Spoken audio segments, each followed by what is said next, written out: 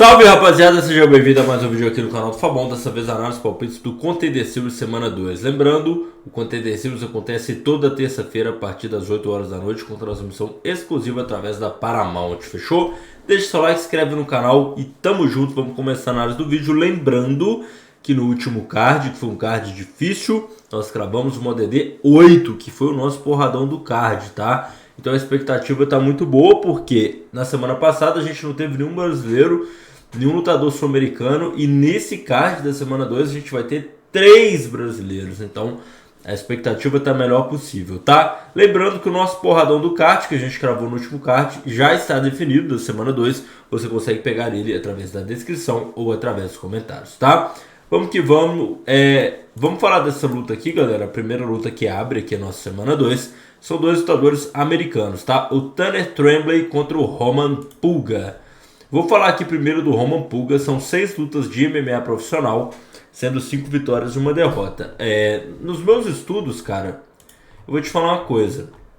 Essa luta de MMA profissional aqui foi uma luta bem estranha, tá? Que é a única derrota que ele tem. Por quê? Foi uma interrupção médica, tá? Doctor Stoppage, né? Que basicamente o árbitro decidiu por interromper a luta. E na verdade foi uma lesão no olho, que não foi uma lesão, sabe aquela lesão funda, aquela lesão com um corte severo? Não foi. Foi um corte mais ou menos aqui na altura da pálpebra, que foi bem curto, foi bem fino, sutil assim, mas que foi na pálpebra, né? E para preservar a integridade física, né, enfim, né, o olho é um órgão muito sensível, o árbitro decidiu por interromper. Então a única derrota que ele tem de MMA profissional foi por um contexto bem estranho, né? Ele estava até melhor na luta em alguma medida. Então, só ressalto que essa derrota que ele tem, né, 5-1, foi realmente por um contexto bem peculiar. Ele é um cara que tem muita experiência de boxe, tá, galera? Já lutou boxe profissional, você vê que ele tem várias vitórias aqui, inclusive por nocaute. É um cara que no MMA já lutou LFA, né, nas 2 vezes, ele não tem tantas lutas assim, mas lutou bons eventos. E é um cara que, cara, a predileção dele é um boxe muito bom, né? A sua principal falha talvez seja o jogo de grappling, né? É um cara que, como vem do boxe, né, ele tem um jogo de MMA mais adaptado para o boxe. Já o Tanner Tremblay, que vai ser o seu adversário, um cara que tem 7 lutas de MMA profissional. A base dele é de wrestling. Você vê que a maioria das vitórias dele aqui é via finalização. De 6 vitórias, 5 são finalizando. Ele vem do LFA também, mesmo evento do Roman Puga. E na minha leitura, galera, isso aqui vai ser um confronto de estilos. Por que eu digo isso? Porque eu acho que o Tanner Tremblay vai tentar fazer essa luta ficar ou no clinch ou no chão, agarrando e tudo mais. E o Roman Puga vai tentar fazer essa luta ficar em pé, valorizando o seu boxe. Então, o confronto de estilos, quem vier com a melhor estratégia vence. Agora, do que eu analisei, eu gostei muito da trocação do Roman Puga. Eu acho que a trocação dele é bem superior ao do Tanner Tremblay, tá? Eu acho que o Roman Puga é bem melhor de trocação. E eu vejo ele, cara, assim, ele pode até ter dificuldades do grappling, tá? Sei quedar e tudo mais, mas ele, das lutas que eu vi, ele é aquele cara que não fica no chão. Você pode até quedar ele, mas ele vai e levanta, entendeu? E uma vez que essa luta fica em pé, ele tira o atraso.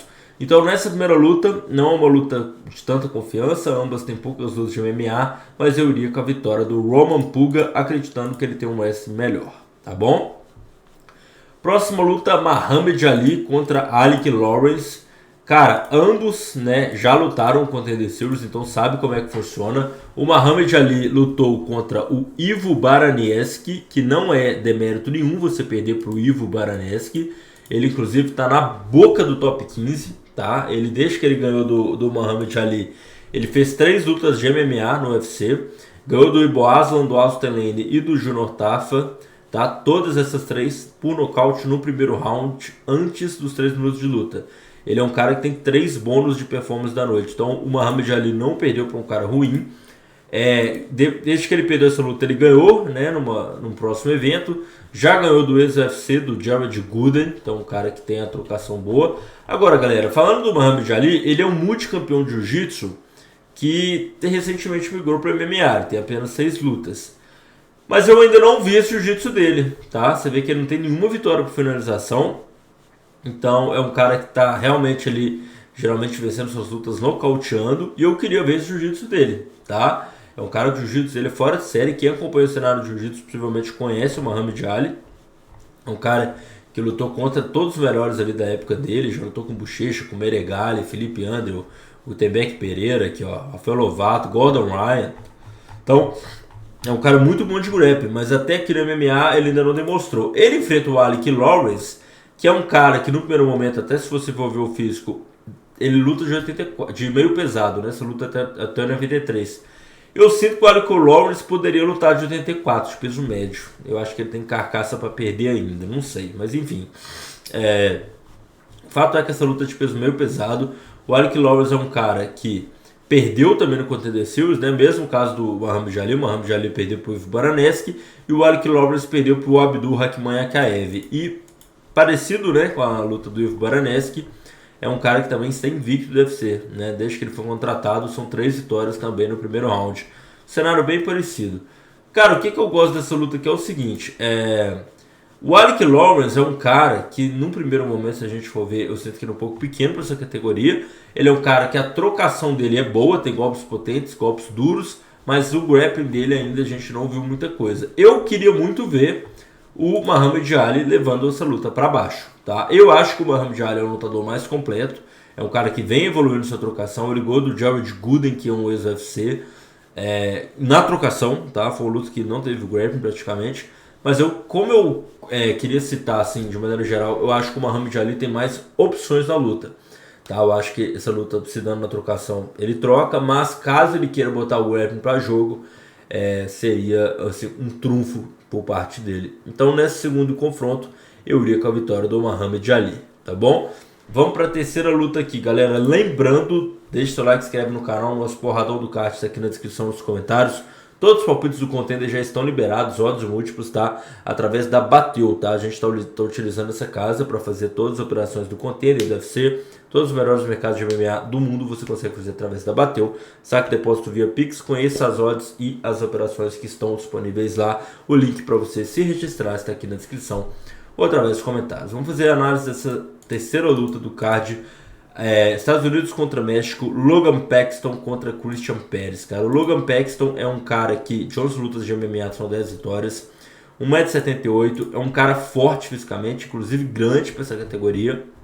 Agora, ele vem de eventos bem menores, tá, galera? Vou citar aqui para vocês MPX Promotion, Solid as Rock, Alaska. Então, não vem enfrentar, por exemplo, aqui nessa quinta luta dele de MMA, na sexta, na verdade, ele estava enfrentando um cara estreante, entendeu?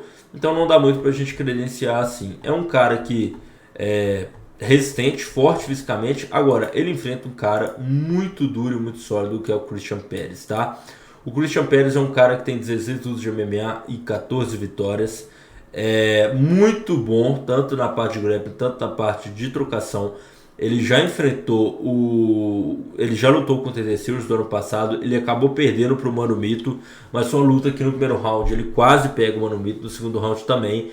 Ele tinha ganho os 2 rounds na minha contagem, tá? E aí ele entrou no terceiro round, mas ele deu uma morrida de gás sinistra e o Mano Mito acabou ganhando pela via rápida no terceiro. Mas se fosse para decisão, na minha contagem estava dando ele. Ele é um cara que é muito experimentado no combate global, um evento tradicional mexicano. Não é o maior, mas é um bom evento. Já lutou Karate Combat, eu acho que ele tá pronto, tá? Eu acho que ele ganha do Logan Paxton, um cara bem mais rápido, com bem mais recurso, bem mais opções na luta, assim, de maneira geral, tanto na parte de chão, tanto na parte em pé. Eu acho um confronto bem difícil pro Logan Paxton, tem uma diferença considerável aqui de velocidade. Eu vejo a vitória do mexicano aqui, não abro, cara. Vou com o Christian Perez, um cara que é fenômeno. Se você for analisar a última luta dele contra o Mano Mito, foi o cara que, assim, propôs muita luta, foi uma luta muito boa de se assistir. E o Mano Mito é o Mano Mito, né, galera? Você vê que ele foi contratado pelo UFC, desde então tá com 2 lutas e 2 vitórias, então não perdeu por qualquer cara. Esse terceiro confronto eu vou com a vitória do mexicano, do Christian Perez, tá? Próximo confronto, mais um brasileiro no card. Lembrando, entre no nosso grupo 100% gratuito, galera. Por lá estou enviando várias dicas desses prontos todos os dias do Contender, do Rising, do UFC, todos os melhores eventos de MMA ao redor do mundo, tá? É muito importante que você faça parte. O link para você entrar está através da descrição ou dos comentários do grupo gratuito, tá? Douglas Rodrigues contra Trent Miller, cara. Essa luta é uma luta bem interessante, porque no primeiro momento o Douglas Rodrigues, o Blade, né? Um cara de 7 lutas e 6 vitórias, mão pesada, Gostei muito dele, assim, do que eu tava vendo. Ele é um cara que lutou só no filtro, né, mais recentemente. É um cara que eu tava vendo nas redes sociais, tem muita luta de boxe. É um cara que já foi sparring do Borrachinha, tava vendo isso.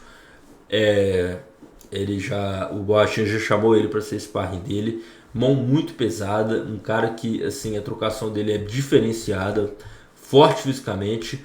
Ele vai enfrentar o Trent Miller, cara, que, assim, eu conheço ele, porque o Trent Miller já participou do Contender.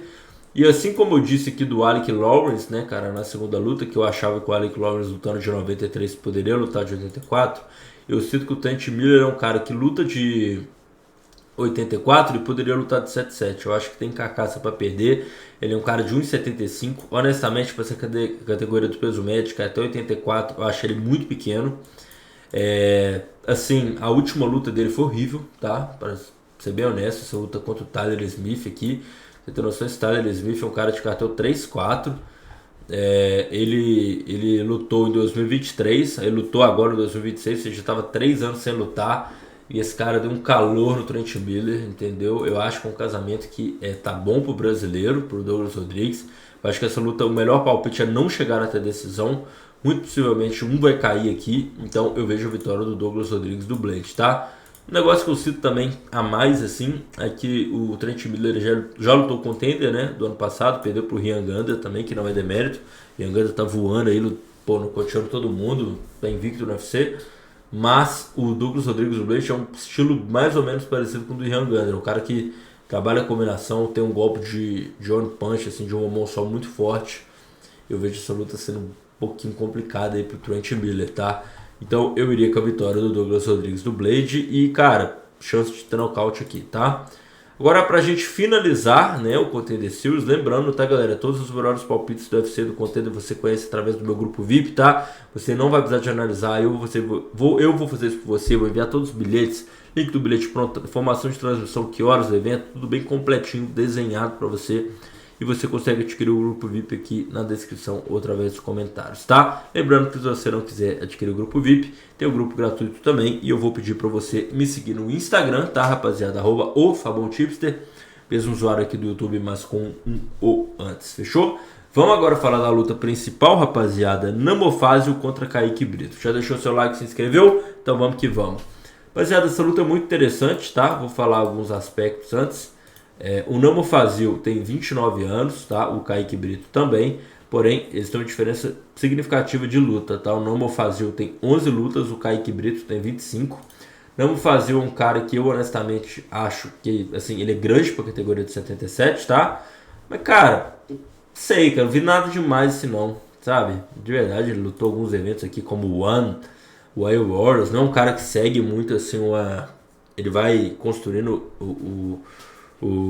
a carreira dele em algum evento, sabe? Ele é meio nômade do MMA, você vê que ele lutou MVP, MMA, Karate Combat 971, aí lutou One, lutou Wild Warriors, o cara é meio nômade mesmo, não segue assim um evento só e tenta pegar o cinturão, não, é um cara que luta ali o que tiver.